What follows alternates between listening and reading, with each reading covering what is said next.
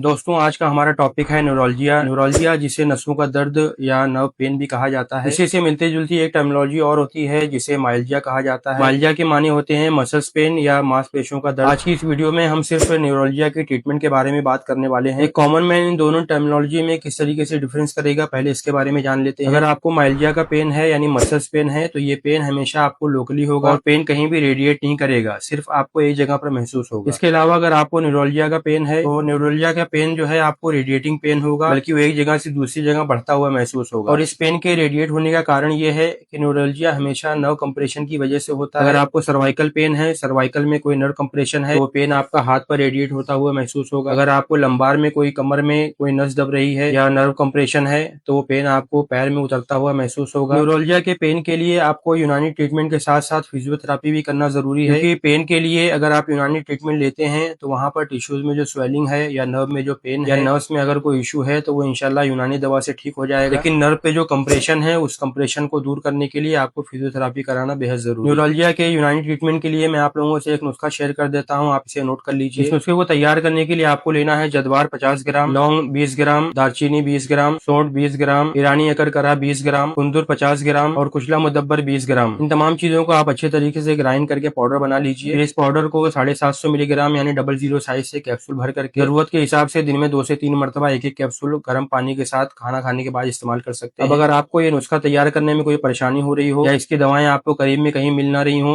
तो आप Maxo herbal company की हस्बी टैबलेट इस्तेमाल कर सकते हैं। इस दवा को मंगाने के लिए आप स्क्रीन पर दिए हुए नंबर पर कॉल कर सकते हैं।